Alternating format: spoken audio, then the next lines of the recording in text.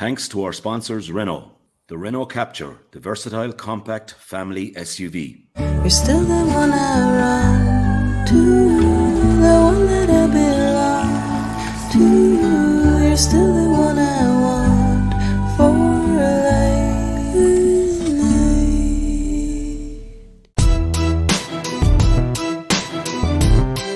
A grain of rice, a grain of rice is going to tip the scale. Just remember that, lad. There's a small bit of a needle there. Come on, Mayo, you've got to get Andy Moran into the game. Listen between them, and now they're really roaring. And I can tell you, that there won't be a cow milk in County Clare for at least a week. Hello, everyone. You're very welcome to the Irish Examiner Gaelic Football Show in association with Renault. My name is Paul Rouse, and I am joined by the former Kerry footballer Bryan Sheehan, by the former Galway footballer and manager Kevin Walsh, and we will be joined in a couple of minutes by the former Armagh footballer Oisin McConville. All year, people have been talking about Dublin and Kerry playing in the All-Ireland football semi-final. It felt inevitable, and now it's upon us. I think it's the most intriguing football match to be played in years, and we are going to break it down on this podcast. Bryan and Oisin and Kevin are going to go and look at the matchups, and are going to assess who is the better footballer, Conor Callaghan or David Clifford. The thing is, though, there is no longer the sense that this Dublin and Kerry semi-final will make the actual final an afterthought. There are too many unanswered questions about Dublin and about Kerry to think like that. More than that, both Galway and Derry have shown a rate of progress during this championship, which means they can now both have legitimate claims to look at being All-Ireland champions. We will be going through that match also in detail. We'll preview the Tailteann Cup final, and we're going to look at managerial appointments that may be coming our way shortly. Bryan, what's the mood in Kerry like ahead of this weekend?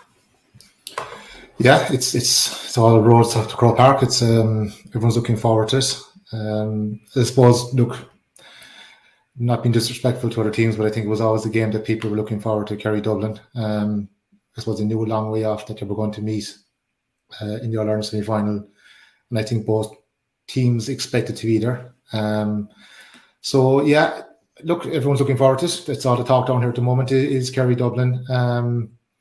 I do expect a good crowd from Kerry to go to it.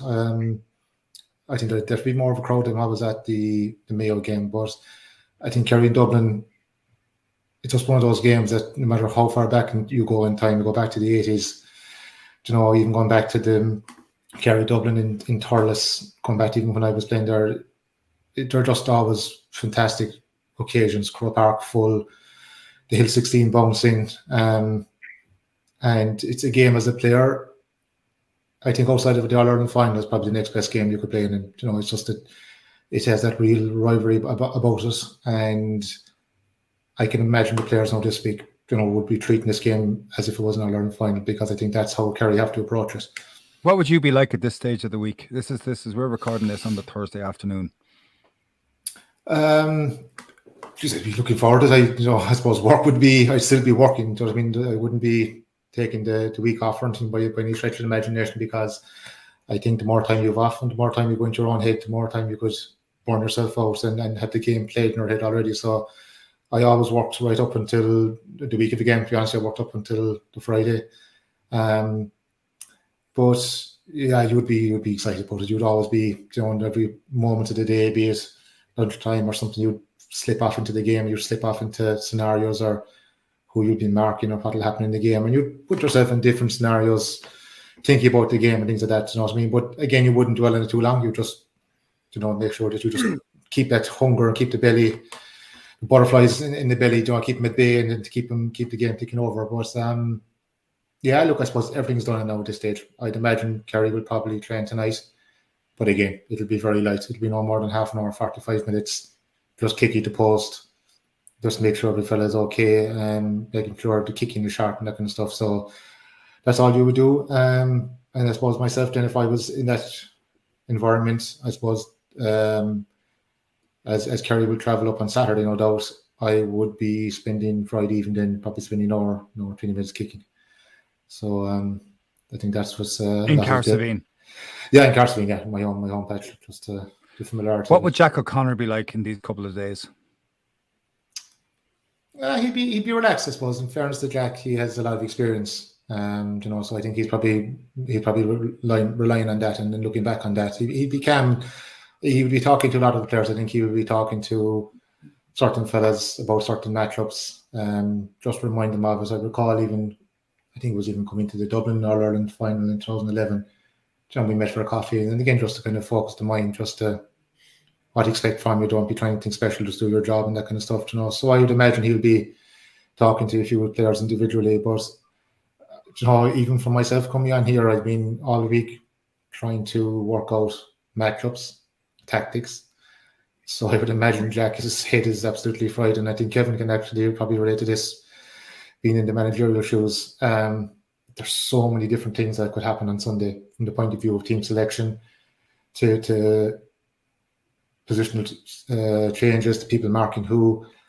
And I've gone through all this, and I just say it must be a nightmare being a manager to try and set out your game plan, because I think you want to have your own game plan, you want to be able to implement your own game plan, but at the same time you're going to have an alternative. You're going to have A, B, C probably up your sleeve, and then you're going to also have to react to what the opposition are going to put in front of you. So I think Kevin can probably put a bit more on that, but I would say Jack has probably all that kind of homework done, speaking to the management team, speaking to the players, and having all his homework done for different scenarios that could possibly throw his head up on Sunday.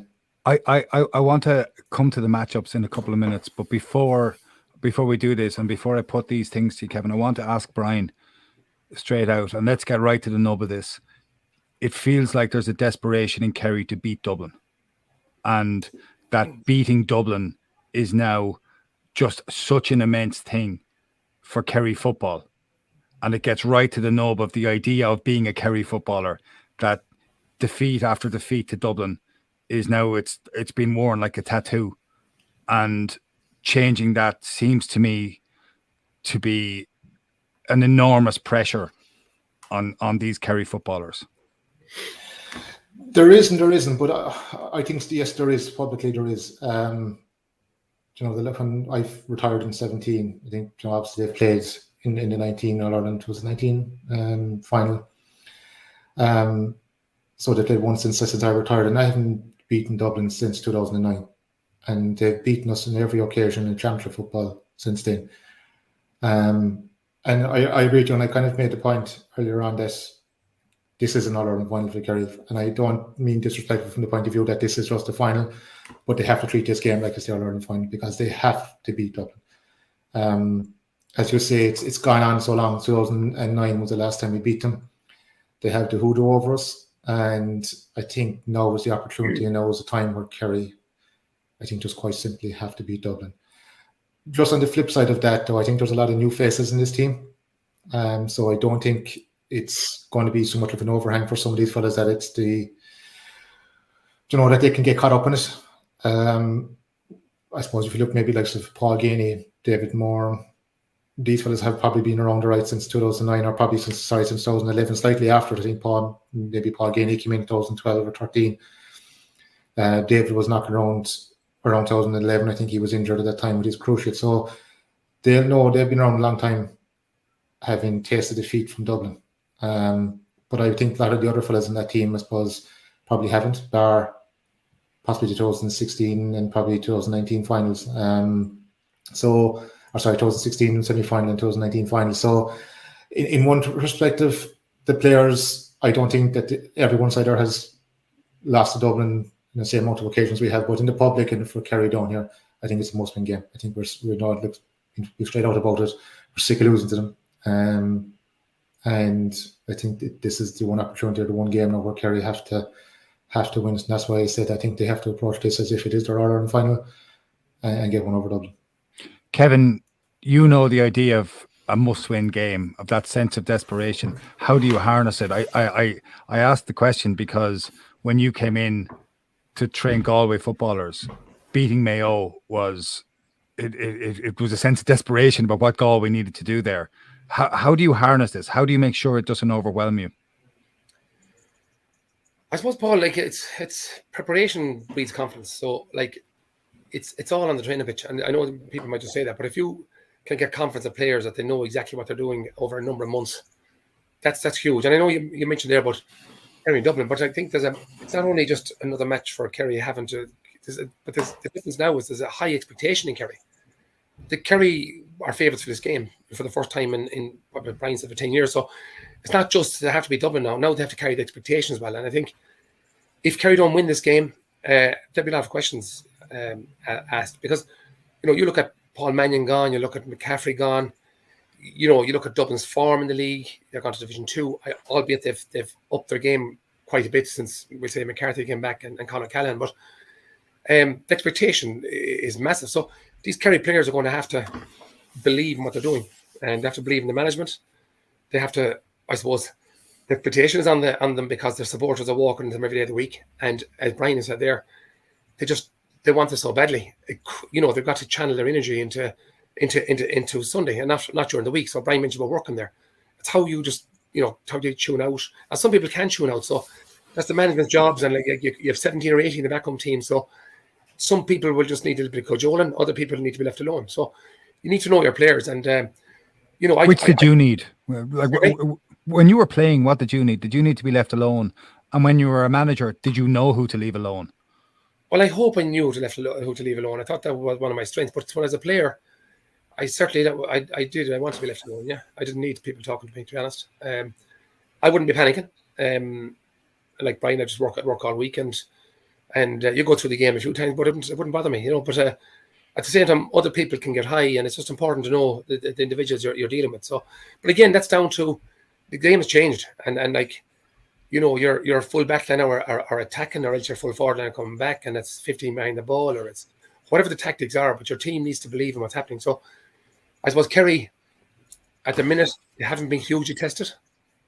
Mayo was probably the best game, and to be fair, Dublin haven't either. And there's both teams that say wouldn't be overly happy with the last games. So maybe that both will now feel they can beat the other. Did you ever meet a player or look at a player in training the week before a game, a big game in particular, and think, oh, we have a problem here? Do you know something, Paul? Not massively, but I'd have the opposite, where you the fellas will be flying in training and you put them in jersey. They're the worst ones. I know, look at... No, not really. I have to say that you just, like Bryan said, you just calm down to Thursday night. Your work is done. It's about a little bit of kicking, a little bit of handling, but I would also say topping up on the what ifs. Like Bryan mentioned about the different scenarios. I mean, I'd have a little notebook in my pocket with a what if situation. Not just because sometimes things can happen. For instance, a goalie gets black carded. All of a sudden you're not ready for it. And for me, there's only one way of dealing with that: is put an outfield player in for 10 minutes. Don't waste your sub. He's not going to be asked to make massive saves, and then you're back on the field again. So you waste 2 or 3 subs, and you're taking a goalie off, you're taking an outfield player off, and you just disrupt things. So the what if situation is massive. Are you down to 14 men? Are you down to 13 men? Is your opposition the same way? Is the wind against you? What's the kickouts? There's a huge amount of what ifs. And what if Conor Callaghan doesn't play? What if Clifford gets an injury? All these what ifs have to be there, and they should be dealt with by management, that they know what's going to happen, not just 15 minutes trying to figure out what's going to happen. So that's going to be a crucial role for both managers on Sunday. If we look at the teams and how teams are going to set out, Bryan, you spoke earlier there about you were thinking all week about your matchups. Well, first of all, what Kerry team are you playing? Who's playing? Who are you playing? Who are you going to put in midfield for Kerry? Honestly, we're presuming the goalie and the backs are staying as is. Yeah, I think the backs. Yeah, the backs 7 or the goalkeeper and 6 backs are staying the same. 1 to 7 are the same. I think after his performance last weekend, I think David Moran has to start. Or I thought he was fantastic against Mayo. For a fella that has played no league football, I think he might have come on in. I don't think he even played league football. I don't think he even came on in the league final. He only came on as a sub in the Cork game and in the Munster final. And I thought he put in a fantastic performance out against Mayo 2 weeks ago. And for that reason alone, I think he has to start. I suppose the one query I have over it is who goes alongside him, because down through the years, I think Fitzmaurice and I think Peter Kane did as well. Jack Barry just seemed to be the fella to step into midfield and to try and put a hand on Brian Fenton, and he just seemed to be successful at it. He just seemed to be able to run with him. Jack is very athletic, can get around the field, and I suppose if you look back over the games, Jack did very well on Brian Fenton. So it's a question the management have to ask: is do they bring Jack Barry in? Is he fit enough to come back into it, or do you go with Dermot O'Connor, who, in my view, has been very good for Kerry all year throughout the league and in the championship, albeit the game against Mayo was his quietest, So I think the benefit out has to go to Dermot. I'm not the kind of a person that likes to go out and stop someone. I just think you go out and play your own game. But again, that's going to be a manager's preference. I think Dermot does more to offer from Dermot. I think David and Brian Fenton could have a fantastic battle. So I'm going to go with Dermot O'Connor in the middle of the field. I think the inside forward are going to say the same. I think you'll have Paddy Clifford, David, and Paul Ganey. Sean O'Shea on the 40. I'm going to go with Stephen O'Brien in the wing, and I'm going to go with Adrian Spillane, again, assuming he's fit. I just think the importance of Adrian Spillane from the point of view of the amount of work he does, the size and the physicality he has. Dublin are an extremely physical team. And I think if Kerry are going to go after kickouts, they want big bodies. If they're going to do a full push on a Dublin kick-out, I think they need someone like him that's there. I just think the work that he has as well is the work that he does. Now, my only concern is he's very little football played. He also didn't play against Limerick in the Munster final. Granted, he came on to sub, but that's just a small bit of a concern. But I'd imagine he has been training up to the Mayo game. So I'd like to give him the benefit of the doubt. But I think just going horses for courses, I think that he'll possibly get the wing. But again, you see, I suppose where I'm coming from. You're saying Darragh Moynihan loses out then? I think Darragh loses out, yeah, I do. And look, it's harsh, but I think he's very important to Kerry. He does that role so good as well from the point of view of the amount of ball he gets on. He does an mountain of tackling and tracking runners. And that might be something that Kerry might look at. They might look and say, look, Murchan is a fella that takes off up the field here on many occasions, and you might just get like Darragh to pin him and pick him up if he breaks, rather than having Paul Ganey or David Clifford, whoever's marking. I'd imagine Paul. I think he'll take up Paul, and Paul going 70, 80 yards back down the field in the opposite direction and take him away from goal. So it's something that, again, we need to look at. The other thing is what way are Dublin going to play? Is Brian Howard going to play wing back, play a sweeper like he did against Daniel Flynn and Kildare? If that's the case, then who are Kerry going to... it's just so many options. It's just so much to play with. For me, Tyne Ward is the +1 with Kerry. If Kieran Kilkenny's on the 40 for Dublin, you can't let Kieran free. You can't let him rule the roost on the 40 because he will dictate the game. So that takes away Kerry's option of Tyne being a sweeper. I don't know. Do you play him wing back and let him sweep from there and get someone to drop off from Brian Howard sweeps? These are all the things I think that just need to be considered and looked at. But yeah, look, I think that's the team I'm going with. So where I think your choices might come unstuck in what Jack does is I think Jack might put Jack Barry back into midfield, and I think he might put Dermot O'Connor to number 10, play him wing forward, because I think Adrian Spillane mightn't have enough played. And I think it's a toss-up, and I know we disagreed about this last week, but I think I'm not certain that Paddy Clifford will start. I'm not certain I would start him. I think Paddy Clifford's a great footballer, by the way, but I think Paddy Clifford thrown into that game could be really interesting. And Paddy Clifford struggled, albeit against Lee Keegan, against Mayo in the quarter-final, and he struggled last year against Tyrone in the semi-final, and it might just need a change-up. Yeah, I agree with you from the point of view. I think Jack Barry could go midfield and Dermot O'Connor could go to the wing. But again, back up for legs in the middle of the field. If there's an injury or someone is flagging, who you want to bring in there. Joe O'Connor could come in, very little experience at this level. It's his first kind of set up in the Kerry jersey this year. So, yeah, look, it's a possibility. I wouldn't rule it out either. It's another possibility. The Paddy Clifford scenario, I would disagree with you. I just think he's been excellent for Kerry all year, and I think it speaks the fact that Mayo went out and put Lee Keegan on him. I think that speaks of where Mayo were coming from the point of view of the damage that he does, and I think they went out to stop him. and which Lee Keegan did, in fairness to him. And I think even if you go back to last year's semi-final against Tyrone, Conor Myler took him. Conor Myler picked him up, and again, from the point of view of stopping him. And I'm the firm believer that he is the fella that supplies the bullets to David inside. I've seen him with East Kerry, their club, with Foster, their club, but in particular with East Kerry. The two of them just sing off the same hymn sheet. They just telepathically know what one's doing with the ball. And I think Mayo went out to try to stifle him and to stop Paddy having an influence in the game, because I thought he's been very good this year for Kerry. So where I'm coming disagree from, with it. So I just think it's actually a mark of respect to how good he's playing that Mayo have had to put one of their best backs on him.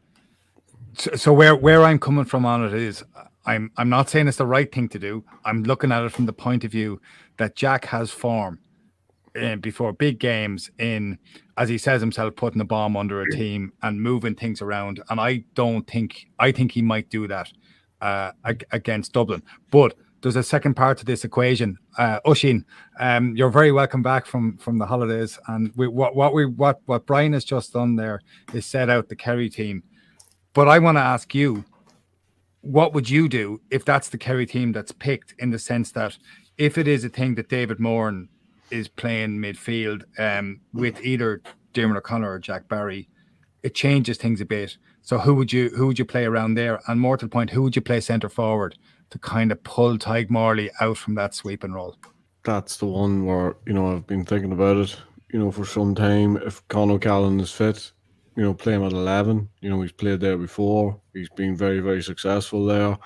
And also it frees him up from that inside role. Maybe give him, you could give him 25, 30 minutes at 11 and put him inside, depending on how things are going. He's also got loads and loads of freedom. So he's probably allowed to, he's one of those players that'll be allowed to drift in and out wherever he wants. So I think it would just give Kerry a little bit to think about if you start him at 11, and that Morley probably is looking to double team him then maybe a few times, and that leaves a little bit of space inside. As far as the middle of the field, I think it's time for Howard to go into the middle of the field. That's my own personal. I'll put McCarthy back in wing back, and the reason for that is that I just think that he's been sort of wasted where he is. I don't think he's having the effect on the games that he could have. And the thing about Howard is that he is a big game player, and they're going to need big game players. And I think, if you're talking about playing Jack Barry and hoping that trick is going to keep working time after time after time, I think there's going to be a day where that's not going to work in the way you want to work it. And I also think that Kerry have been building up this thing about, this is a game about, it's a team game. It's not the individual thing that we've been playing for the last 150 years. We're going in a different direction. Whenever they took Paddy Tally down from Tyrone, they're going in a different direction. Simple as that. There's a cultural shift there, and there's no point in saying any different. And when they did that, it was a signal that this is all about team, and this is all about us as a team. So to start making a raft of changes, not a raft of changes, but even Paul, what you're talking about, taking O'Connor out of the middle of the field, like, we don't know if that's going to work, but I actually like him there. I think he's a perfect foil for Moran if they're going to play Moran, but there's no way David Moran can last. I wouldn't give him 60 minutes in the middle of the field. If you get 50 or 60 good minutes out of him, you've done well, especially in the form that he showed the last day. But he has been found wanting there, on previous occasions, especially against Dublin. So it's a conundrum for them. But I think if I was Dublin, I was in Dublin shoes at this stage, I'll be playing O'Callaghan at 11. I'll be getting Howard into the game more. And if it was Kerry, I wouldn't be making too many changes. I'll be saying, listen, lads, we've been practicing towards this all year. Tadhg Morley secure as our sweeper. Regardless of what happens, we stick to what we know. Get it. The mindset has to be before the game. Listen, Dublin's going to hurt us. They'd hurt any team. They're going to hurt us at the back. We just have to minimise that. I think if that's the mindset, then that's a shift to where they have been in the past. So, for anyone who's watching on Facebook or YouTube or Twitter or any of other sites, I'm going to hold something up here, which I think is more or less going to be the Dublin team, which is a really high-tech way of doing it, which is basically involves, I think it'll be Evan Comerford in goals. I think Owen Murchan will pick up Paul Ganey. I think Mick Fitz will pick up David Clifford. And I think Lee Gannon will go with Paulie Clifford. I think John Small will pick up Sean O'Shea, and I'm going to spend most of the match watching that. That's player cam for me. I think that could be absolute fireworks. I think Brian Howard. I'd play Brian Howard right half back on Stephen O'Brien, and I play Tom Lahif left half back on whoever's there. I'll play Brian Fenton and James McCarthy midfield, and I would say to James McCarthy to pick up David Moran and to see how that goes. I think it'll be Scully and Bugler on the wings with a view towards picking up Tom O'Sullivan. I think Scully has to pick up Gavin White coming from left half back. I think Bugler's the other side, but they both chase Tom O'Sullivan when he goes. I think Kieran Kilkenny goes centre forward and says to Tig Morley, if you want to drop off, that's fine, but I'm going to kick 3 or 4 points from this space. I think Conor Callaghan, if he's fit, plays full forward. Paddy Small one corner and Dean Rock the other, with Cormac Costello to come into the forwards and Owen O'Donnell to come into the backs. Oisin. Was you Johnny Cooper on that team? No. Because I think the natural reaction to Morley is Cooper. So Morley drops off and then Cooper drops off. Yeah. I think I think that would be the most natural thing to do and the most natural reaction. I actually think Johnny Cooper's playing well as well. I think I keep him for the last 20 minutes and I keep Cormac Costello for the last 20 minutes because I don't see that Dublin have a bench. Costello play. There's absolutely no doubt. I know. I think he's going to play. I'm saying I would hold him for this game. I think he's better off the bench. Possibly, but Kevin would be harsh on him. Or Brian. I think that's the big one there. Sorry, just is how Kerry going to cope with overs in the 40, because Tig Morley's always been the +1. If you are playing Kieran Kilkenny in the 40, Kerry seriously have to think about how they're going to counteract it, because you can't sit off Kieran Kilkenny because he'll kick 3 or 4 points. He'll come up the field. He'll dictate the game. The way I look at this is there's 3 players, and so we always kind of say down here, the saying I have is, don't let the opposition's big team players beat you. Don't let Conor Callaghan, Kieran Kilkenny and Brian Fenton dictate the game. Don't be giving away needless frees and have Dean Rock kicking 8-9 frees and making things easy for them. If you can limit those 3 big players in Con, Kieran Kilkenny and Brian Fenton, and if Niall Scully and Cormac Costello or Paddy Small or Brian Howard or James McCarthy can come up and they can kick 10 or 12 points between them, you hold your hands up and say, right, job, fair play to you. But you can't turn around and stand off Kieran Kilkenny alone and kick 3 or 4 points, dictate the game, kicking 4 or 5 points, scoring 1-2, 1-3. I think Kerry have to go after those 3 big players, I think, and take their chances that the other fellas aren't going to kick another 10, 12 points. I think that's the big one for Kerry. I think that go after their big players, see if they can stop them and hope that the other fellas don't fire. I want to talk about sorry, Kevin. No, okay. I had a few matchups done, and I just on that one, I think I would be putting Tom Sullivan on Kilkenny, and I would go after him. Possibly, I think so. Put him on the back foot. Absolutely, and take him back to field. I think Tom maybe kicked 3 points the last day. I would put him down the back foot. I go after him all day with Tom. I would play David Moran. David Moran was my man of the match, leaving the stadium. I thought he was superb on the day. I'm not so sure. I know you mentioned about 50 minutes. I think there's more there. He might be fresh. I don't know. I think I look at O'Connor midfield on Fenton. There's 3 or 4 matchups, and they need to be put together. I think the one with Clifford himself, that's a kind of a double team job, in my opinion. That 1v1 with him will not be left. I expect from Dublin side. I'd expect that they have a sweeper there. They're good at sweepers anyway. But I will say there's one question over Kerry and the sweeper. You mentioned Morley a lot of times. From what I can see, the sweeper still isn't playing the right game for Kerry. He's getting back all right. But, there's a golden rule I have myself is if the ball is more than one kick away, you're marking the space in front of the guy. If it's less than one kick away, you're right back tight on top of the danger man. So for me, they're back there, they're moving around, they're getting ready to double team. But there's a bit of work to do on that sweeper as far as I'm concerned. But that's a few matchups I think I'd be looking at. I agree with that, Kevin. Would you play Jack Barry though? Would you play Jack Barry? Would you consider playing Jack Barry? I'd say the only thing is that he has done it in the past, but I don't know how fit Jack Barry is. You can always take him in again, and but how much are you going to move that Kerry team around? Do you need to move it around? I'm not just and go back to Cooper. I think I would play Cooper, and I think I'd put him after Paddy Clifford all day. And because I do agree with Paddy Clifford, for me, he gets so much attention. I think he's leaving other people open. I know he didn't play that well the last time, but Keegan was taken out of the game. We all say he was taken out of the game, so was Keegan. So I'd play him, but I think the likes of Cooper, if you're playing Cooper, maybe go after him maybe he'd be 50 minutes. I don't know, but someone needs to give him close attention.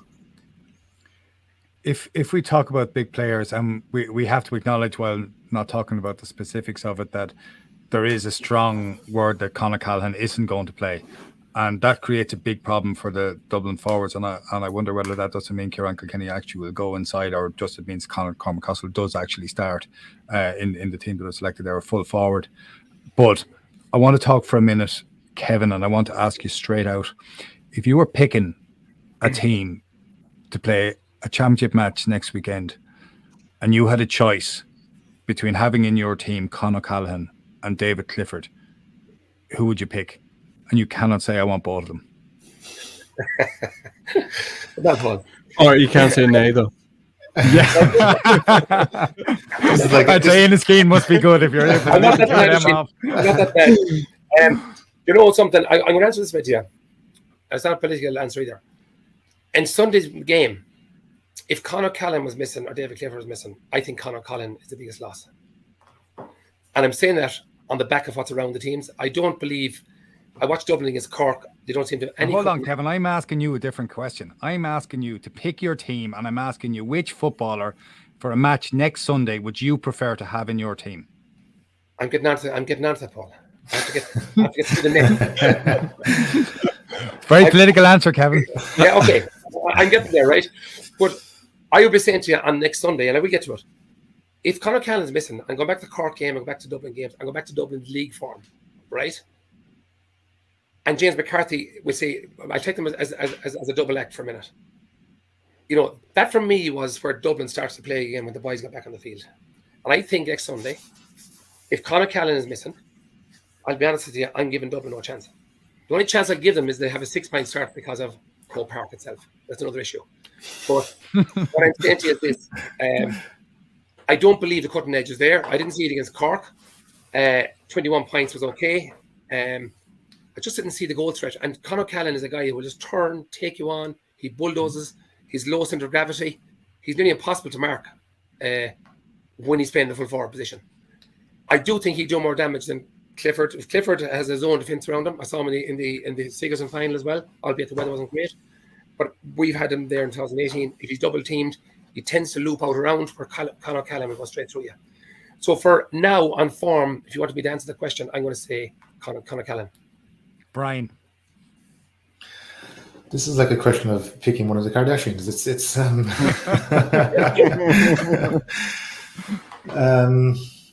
Explain to Paul who they are, will you? Who did they play with? The full back line. Yeah. Well, Bryan. I agree with Kevin. I think if Con is missing for Dublin, I think Kerry have a fantastic chance. I think he's more of a loss to Dublin than what probably David would be to Kerry, and that's not to say that he wouldn't be a loss to Kerry. He absolutely would. But as Kevin said, if you go back and watch the Kildare game, which was Dublin's best performance all year, it was because he was at the focal point, at the top of the D. Everything went through him. He won ball, slipped people, runners coming off him, turn, take on his man, won freeze. He's the focal point of that Dublin team. Look,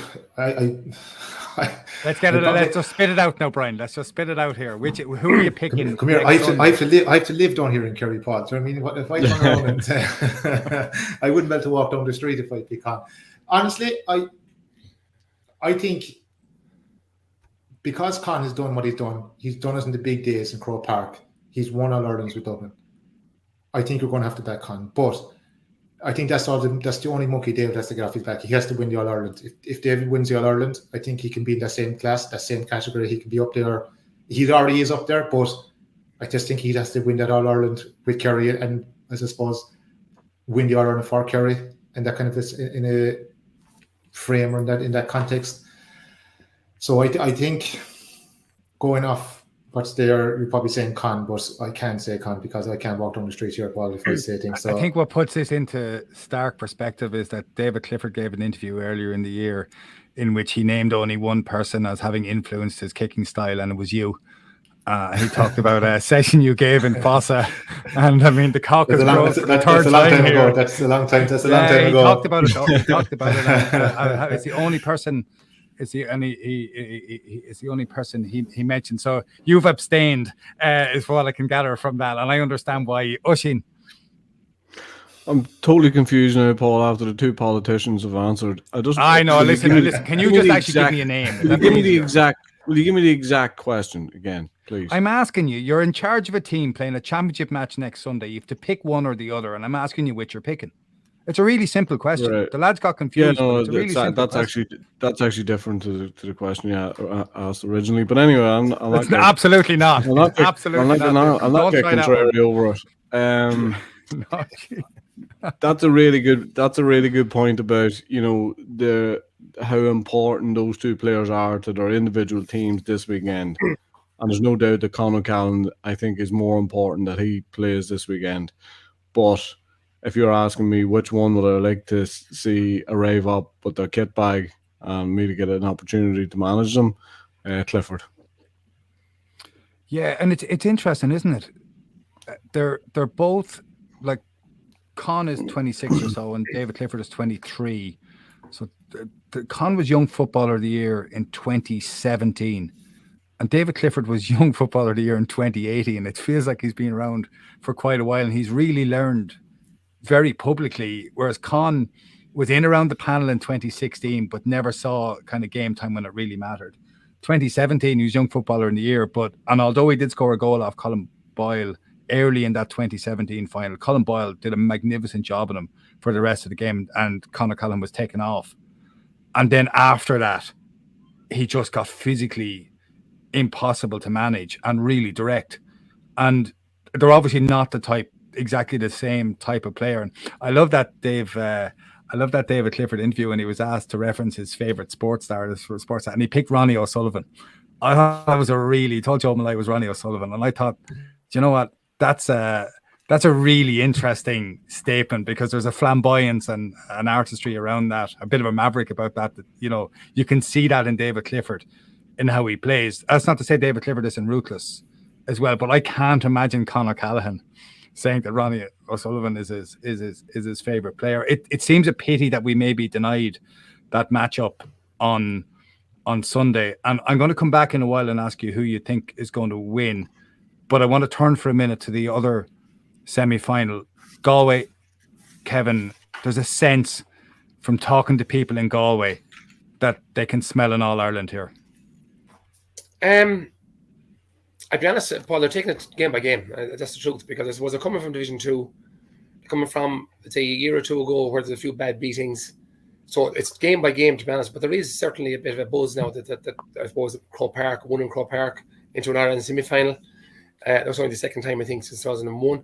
So there's obviously a bit of buzz, and a lot of young guys who would have done well underage coming through. So a bit of buzz there. At the same time, there's no massive expectation. Like they're not going to be kept down by expectation. Like, for instance, Kerry are really expected to win Sunday. Galway are in with a really great chance, but they're not going to be roaring and shouting once they perform fairly well and for the future. But I suppose it's The experience, Galway have definitely more experience than Derry. They've been around the block. They've been in Division 1 for a few years now. Derry are still in Division 2. Albeit they went down to Division 2 for 1 year, but got back straight up.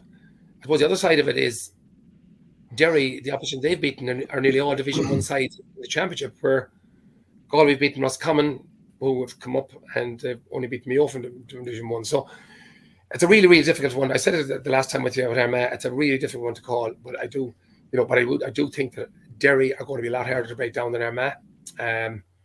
So there'll be a lot of patience required, and I'd say the Derry full backline, they'll come from all sides on the quick break as well. They look to be very, very fit, and they're all given the license to go. So how will that suit the likes of Galway's inside line, Shane Welch, Tailteann Cup, that we spoke about Kieran Kilkenny early on? But the fact that their men are going up the field, who are they going to swap? Are they going to follow them? Are they going to try and stop them?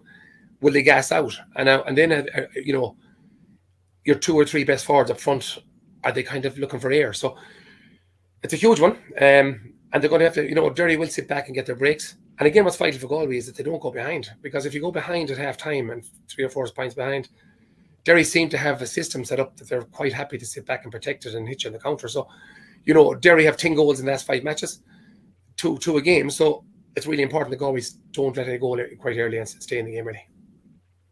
How do you see it, Oisin? Who are you putting on? If we take Galway's, I think 4 top forwards, Walsh, Comer, Finnerty and Tierney, who's picking up who?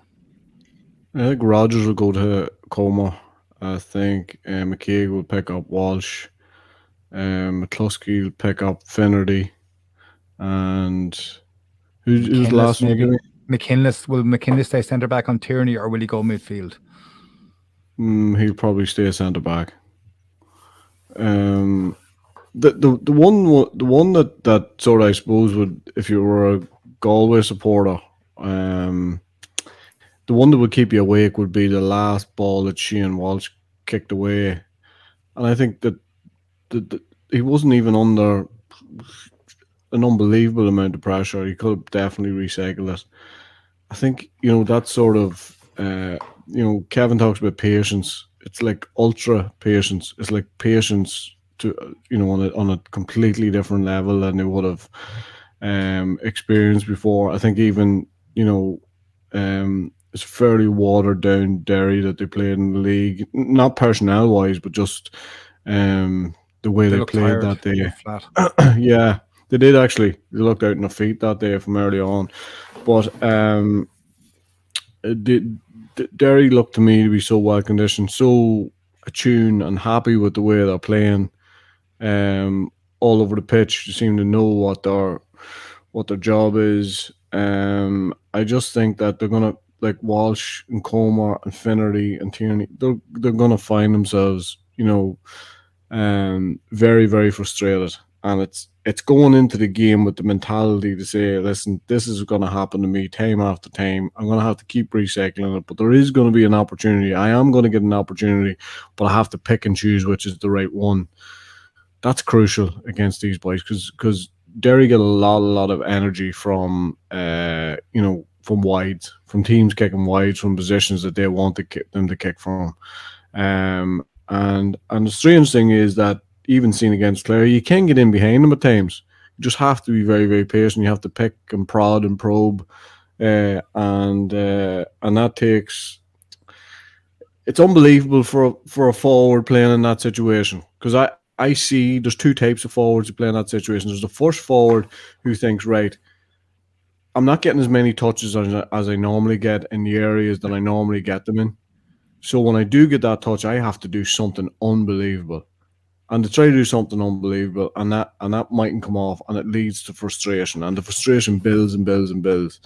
And then there's the other forward who pops it, gives it, goes, mightn't get it back, but just to continue that movement, and they play themselves into the game, and then they'll wait for that opportunity, or those 2, 3, 4 opportunities, get themselves into the game, and then they're in tune. They're not trying to do something difficult. The defense realizes, whoa, this boy, he doesn't want to go at me every time he has the ball. He doesn't want to do the things that that my notes says that he will do.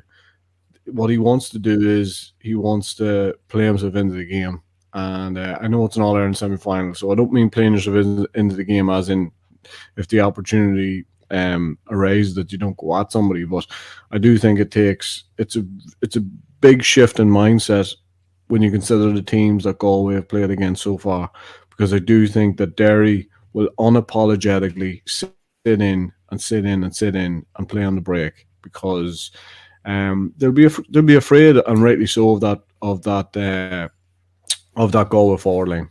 And what Galway can bring from the middle of the field after the last day as well. So, and what they did in Owen Beg in the league, which with those three goals before half time. Although, like, we have to say that Galway played with a storm in that first half. And actually, I wonder, there must be a study from the league matches of the impact of playing with the wind in the first half had on the outcomes of games and teams being ripped apart. It's been done.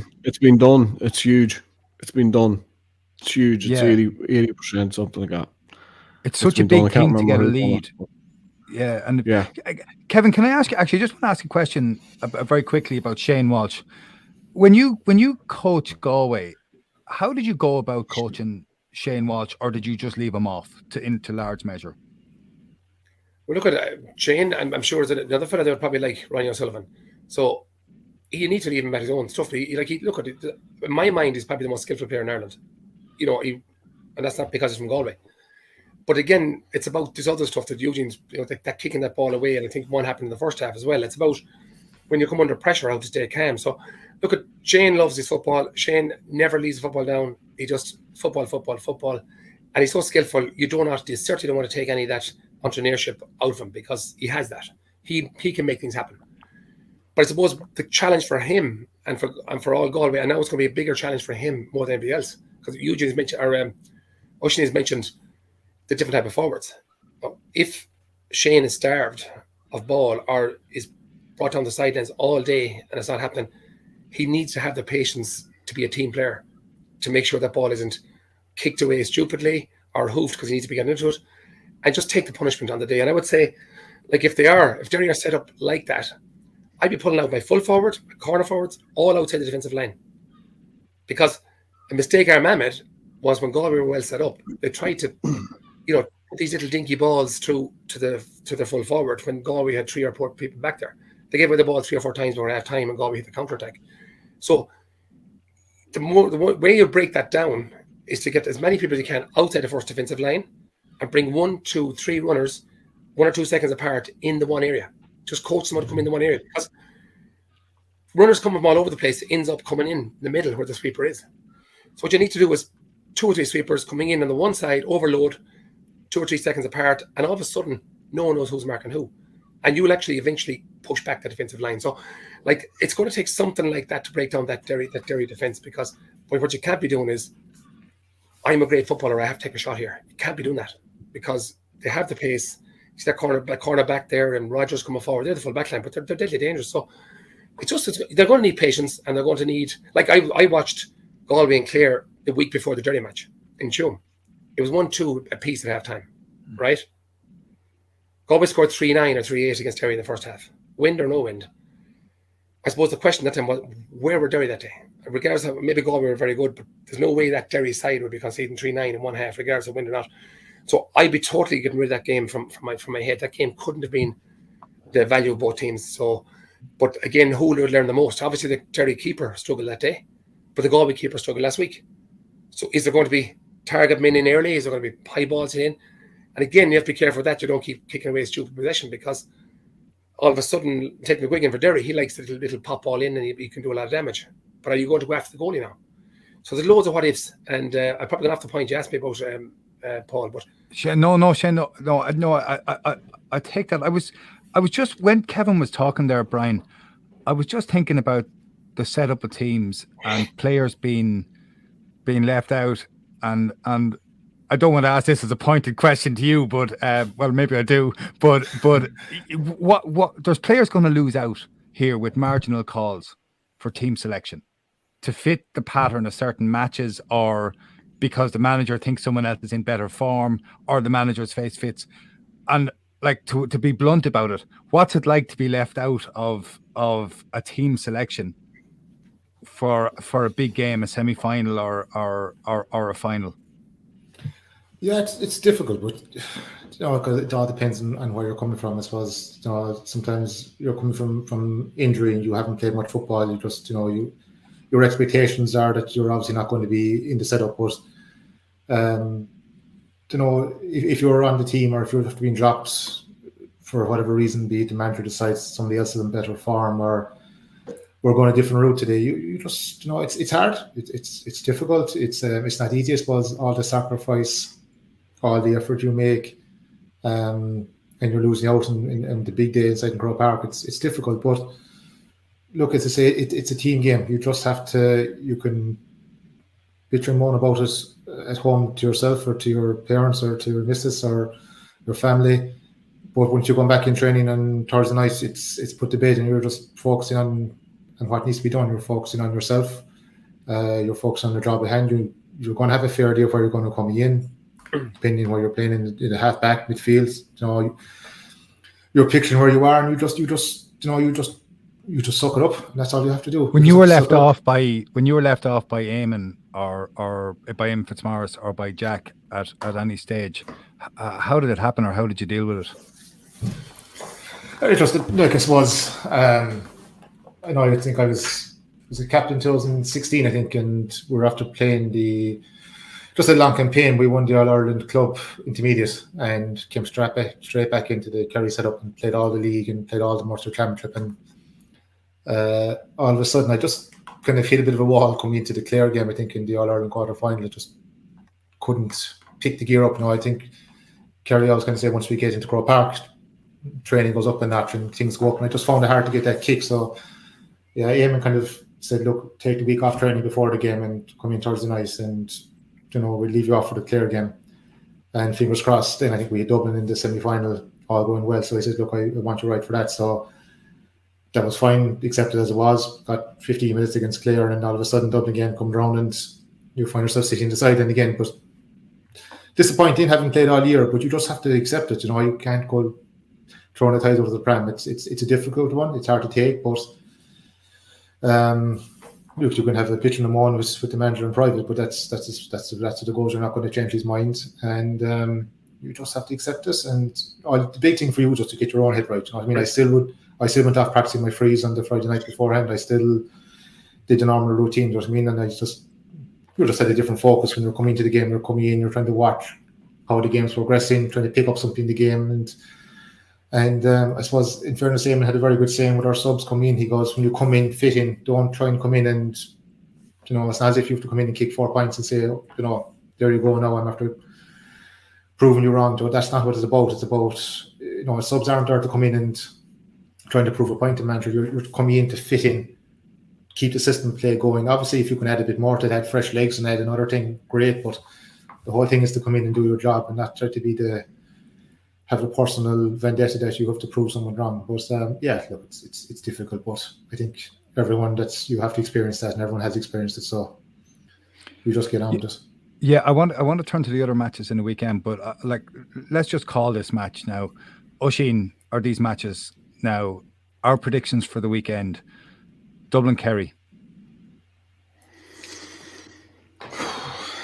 Impossible to call it. It probably comes down to Conor Callaghan. Conor Callaghan is fit. I think Dublin can win. If not, I think can't see Kerry not winning. So am I allowed? Is that going to be allowed? Yeah, that's fine. That's fine. Bryan?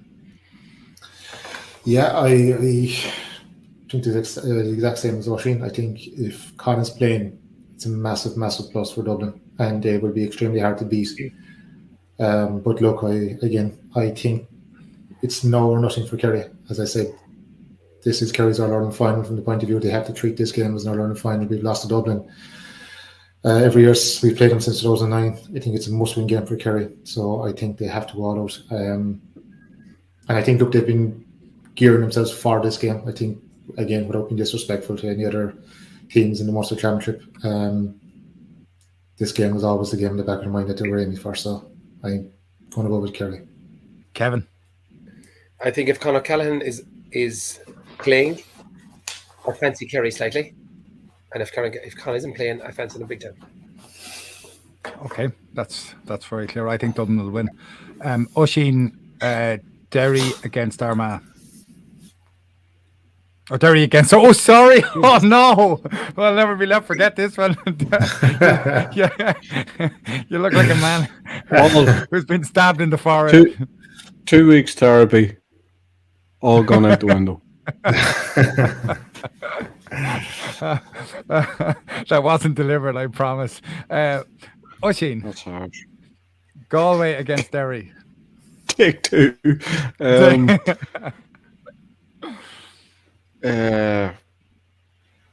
Tough. I like Derry's matchups, but I just like Galway as well. Maybe go right to the wire. Maybe Galway on penalties. Okay, Brian. I actually think this is going to be a cracking game. I'm not saying I'm not looking forward to Kerry Dublin, but if we're going off form over the last few games in the championship both teams have had, it's hard to see how Kerry and Dublin are going to have a shoot lights out. Please God, they do. I hope I'm wrong. I hope they're just waiting for each other all year.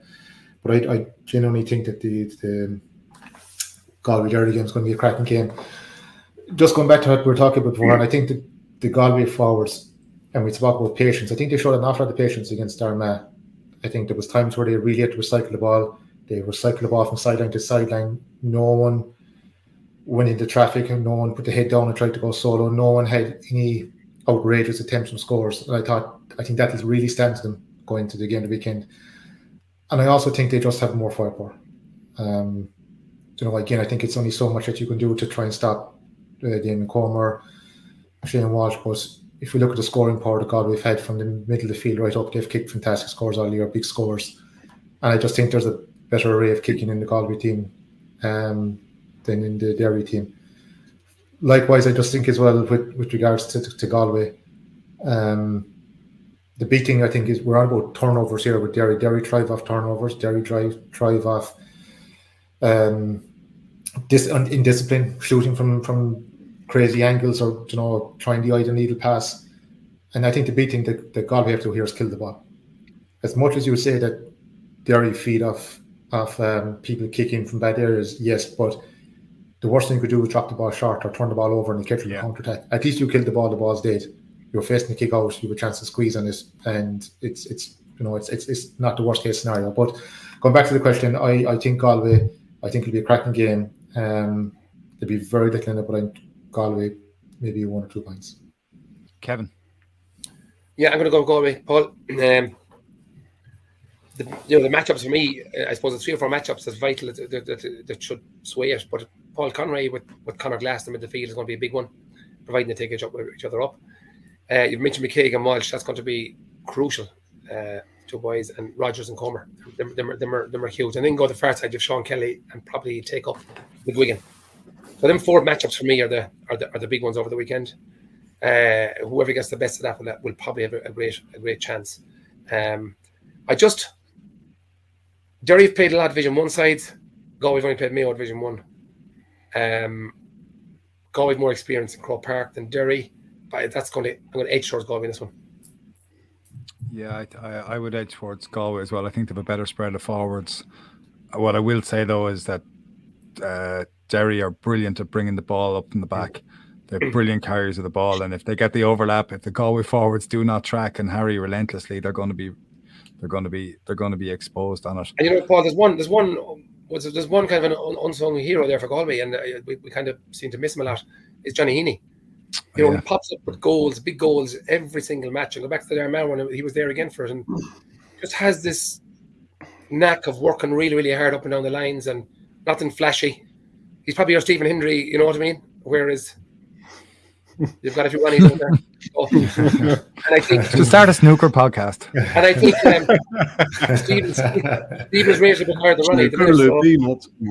Yeah, don't sing. So Stephen's rated a bit higher than Ronnie in the overall thing. So we have to be careful we don't underestimate those other guys that does the hard shift. I want to talk about the Tailteann Cup game in a minute, but first of all, before we do that, I just want to talk a little bit about management and things that are happening in management at the moment. And Kevin, I was talking to a Mayo man yesterday, and I nearly fell off the chair when I was talking to him. I asked him who he thought the next Mayo manager was going to be, and he said, well, I know who it should be, and it should be Kevin Walsh. Would that be a job you'd be interested in? His number, yeah. Is that a come and get me, please? This is Paul. At the minute, though, I keep saying I'm taking a break from it. I've taken about 3 years now, and I still need another year. So, I know. Look, the merry-go-round will go on now for a while. There'll be a lot of talk over the summer, but to be honest, at the minute, I'm not looking for anything. I'm quite happy where I am. I'm going to sit quiet for a while. Well, I'll come at it slightly differently. Would you be interested in principle, in theory, of doing it? Would you have an objection to managing Mayo? You haven't object to anybody, but I suppose if you cross the border and come back in again, there could be a few snipers out. Look at it. Have you moved across?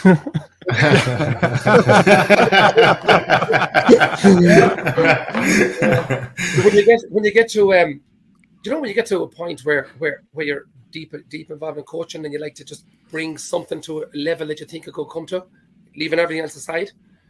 Like Mayo always produce footballers, and they always produce people who want to play for the county, and they don't have too many distractions. It's an ideal county in a way to coach, because they just live and die for Gaelic football. And the supporters, to be fair, after some poor performances, they're out again in numbers the following day. They're not just staying away and mouthing. So as regards a county that would be good to manage, you'd have to say that Mayo would be right up there, because just they live and die for it. I'm actually feeling emotional listening to that, Kevin. That was very warm.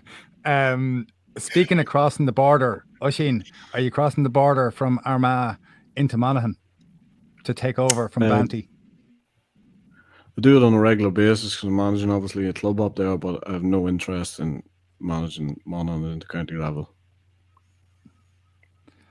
Why is that exactly?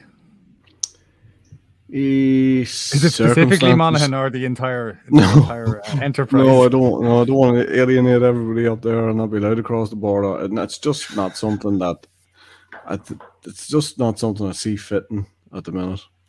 There's just too much going on, and I think inter-county management, like I've done club, college, I've obviously dipped my toe in this year with the 20s in Armagh, and no, it's very all-consuming, and I think that inter-county management is another couple of notches up from that. So that's why this moment in time it doesn't really fit, and I don't fancy at this stage having that conversation with the wife. And I'm trying to explain to her that instead of being out of the house 6 days a week, I'm going to be out of the house 7. So it's just something that at this stage doesn't really fit. I can't see it fitting, and that's the only reason. And Monaghan wouldn't want me anyhow. But regardless of that, it wouldn't be for me right now. And in the context of difficult conversations, Brian, have you gone back training for your club yet? No, I haven't. Still trying to find the time to get back into it. So it's either give up the golf and go back to football. So I'm sticking with the golf at the moment. Can you see yourself managing? I don't know, Crawford, to be honest. Look, sure, I'm still playing up until last December. I was still playing football. I have every intention of going back playing football this year, but just 2 young kids, a newborn, 10-month-old, or a year-old now at the end of this month, and a 4-year-old, working commitments. I just find it hard to even play football. The winter management, I don't know. It hasn't dawned me in that there in my career yet, to be honest, to even think about it. If I was to do anything, I'd like to probably go into coaching the underage in the club and just getting the fundamentals right. I just see a lot of people that are underage. People, they're not having the full basics of the understanding of football, number one, and probably 2, the skill set. I just think it's after dropping from, I suppose, how I was brought up with it in training. So something I'd like to maybe step into is to the the underage, under 10s, under 12s, and start getting just the basics of football and the understanding of why we do such a thing, or why to understand the game a bit more. So it's something I might go into in a couple of years' time when my small ones kind of come to that age. But other than that, no, I've no graph for it at the moment. For the remainder of the show, I'd like to talk about the Cavan Westmeath Tailteann Cup final. Oisin, do you think this competition has been a success? I suppose it has, and I think the reason why it's been a success is because I think 99% of the counties have embraced it, and I think that was the big challenge for the Tailteann Cup for me. And I think the bigger teams have embraced it that little bit more, and I think Cavan, for me, going into it, were the standout team, probably followed by maybe yourselves and Westmeath. And I think I've liked Westmeath for a number of years now. I like the way they're going about things. I think that they are well set up. I think they have their limitations too, and that's why they're playing the Tailteann Cup. I thought there was a stage where they definitely could have got to maybe the upper level of Division 2, something like that. Stability in Division 2, I thought was about par for them, but they probably just haven't kicked on in that same way. They're probably lacking one or two up front, but I think as far as the Tailteann Cup, yeah, I think it has been a success. Not a resounding success or anything like that there. I still think there's a little bit of work to be done with it. And I think that it's easier to do it now that you've seen it, in actual progress and the way it's worked. And I think there's a couple of tweaks that need to happen. But yeah, I think it's been embraced. I think it's been a success. And I think, I said at the start, of Cavan, embrace it, keep the players, and approach it in the right way to win it. And I think that's going to be the case. It's interesting the way they've organised the final before a senior semi-final. I wonder whether, drawn on the lesson from last weekend of the Offaly Tipperary minor hurling match, where it was 27,000 people in Nolan Park, I wonder whether, while holding on to the idea of playing both semi-finals in Croke Park, it wouldn't be an idea to have this game as a standalone final, not necessarily in Croke Park because it might get swallowed in terms of atmosphere, but in a different venue. How would you feel about that? Agreed. I think that's exactly what should have happened. And I think, you used the example last week of the minor final, but I think, Cavan, Westmeath, and somewhere that might be more agreeable for both teams, or even maybe a toss for venue or something like that. But yeah, I think that's probably the route that it's going to have to go down eventually. Who do you see winning it? Yeah, I think Cavan. I think Cavan are good enough. I think, I know they struggled against Sligo last day, but I just thought that Cavan were a good bit off at the last day. So I think they'll go back to a lot of the way they played in Ulster, especially against Donegal, and I think that'll be enough to get them the win. How do you see it going, Brian? Just before I answer that, Paul, I just go back on the Tailteann Cup and just query there. I just think the whole thing about where this took off was because the idea was they wanted to get these teams into the big occasion, get them into Croke Park and let them experience Croke Park. I know, look, it's a hard one to call, and I 100% understand what it's like playing inside Croke Park where it's half empty and you're able to hear yourself talk inside or on the field of players. Like a half full Croke Park is more or less empty, and it can be difficult. But I still believe there's going to be a full house next Saturday evening, and I think this is what their players want. We want to be able to give players the opportunity to go to Croke Park in a full house and let them experience that. So I think it's been a success. The other small change I would probably think I would make in it is the start of the draws north-south. I think was an opportunity to open up the draws, because there's been a lot of talk about how we're going to do the championships at the senior level from the point of view of open draws, provincial championships being poor. I just thought it was an opportunity to open the whole thing up and just, again, let these counties experience playing different counties in provincial, rather than having the same setup and same teams playing each other like a provincial championship, and all of a sudden they're playing them again in the Tailteann Cup. I just thought it was an opportunity to maybe slightly give them a different perspective on it.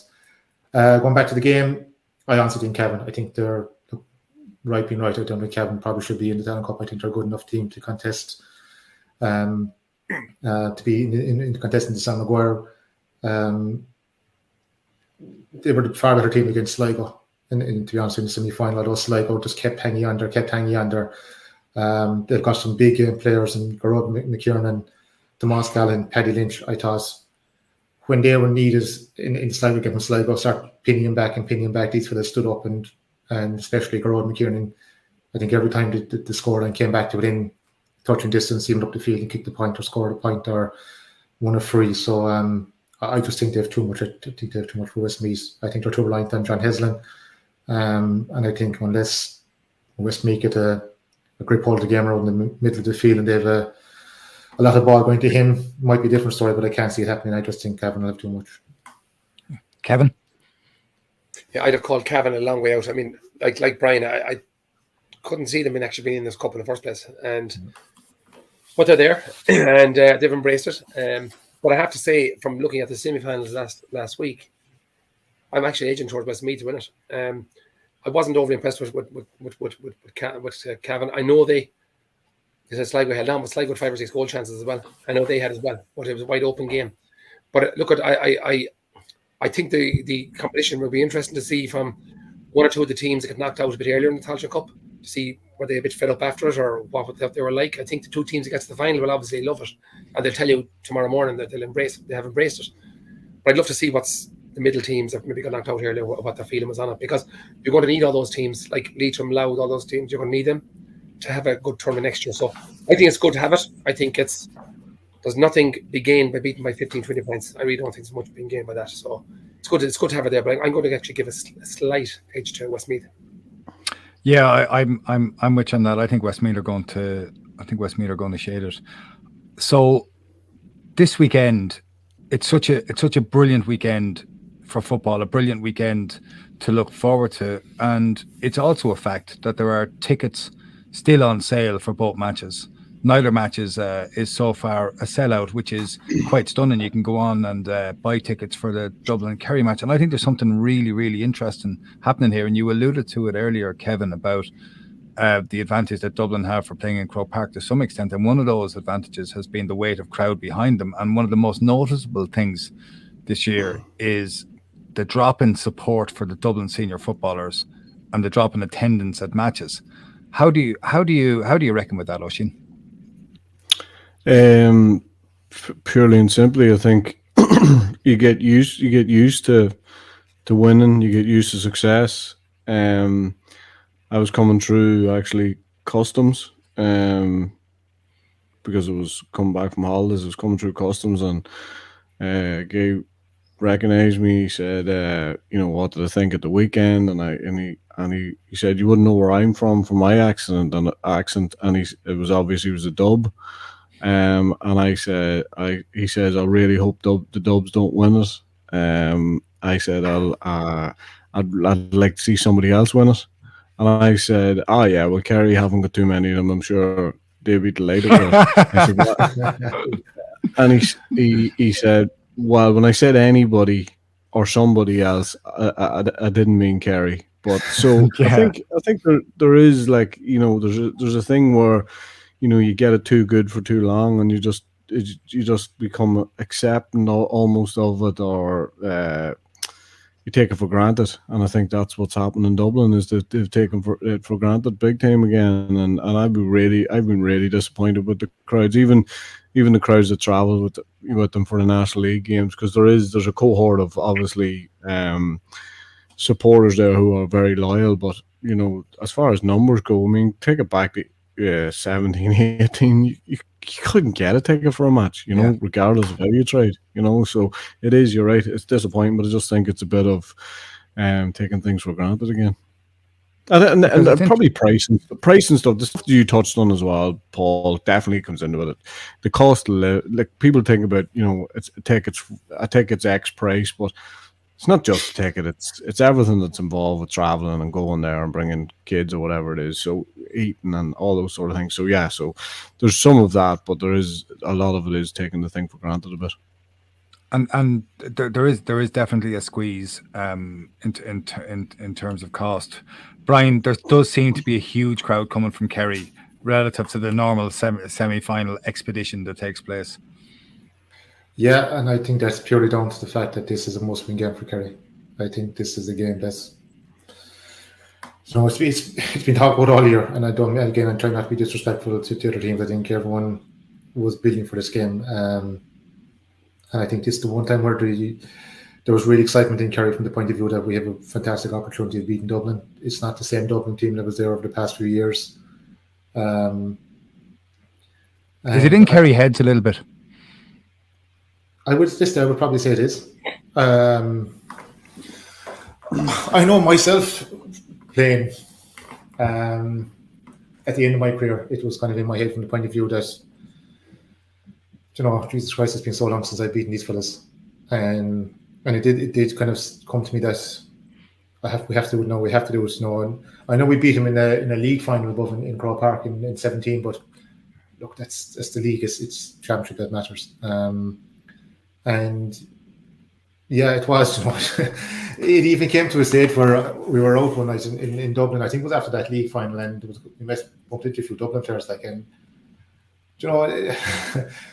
Maybe it's just me. I don't know, but when players meet out, you'd have a chat. But I just couldn't. I couldn't bring myself to any small talk. How are you? I was jealous.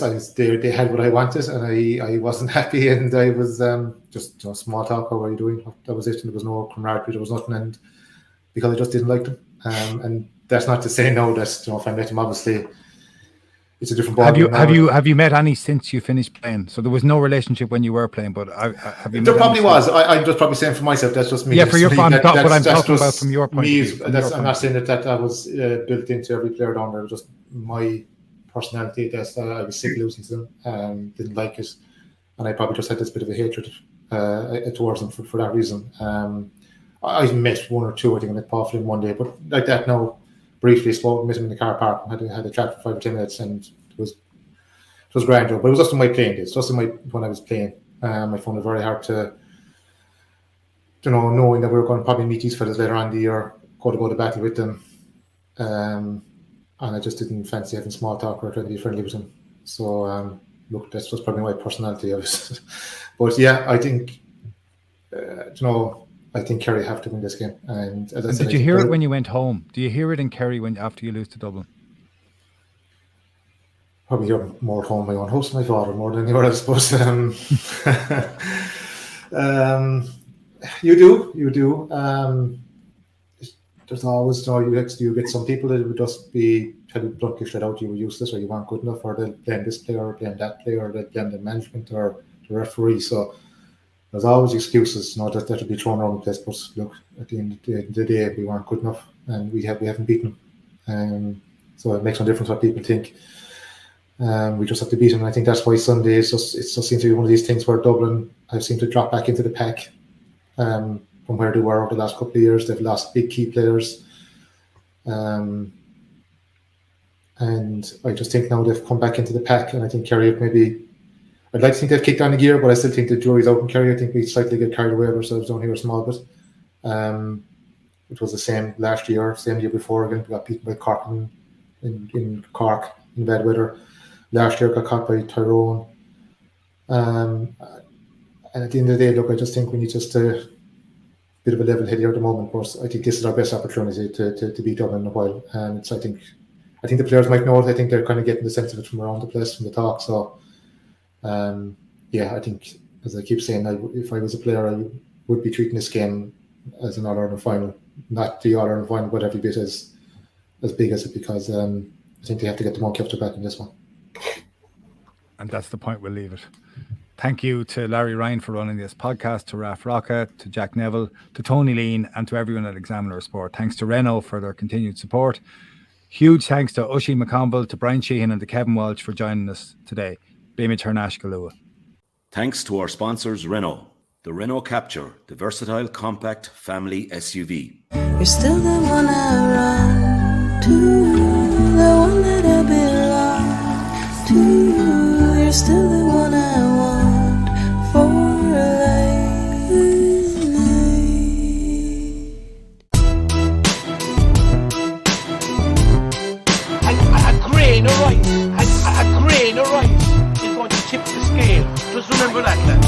There's a small bit of a needle there. Come on, Mayo, you've got to get Andy Moran into the game. Listen back to Oisin, and now they're really rolling.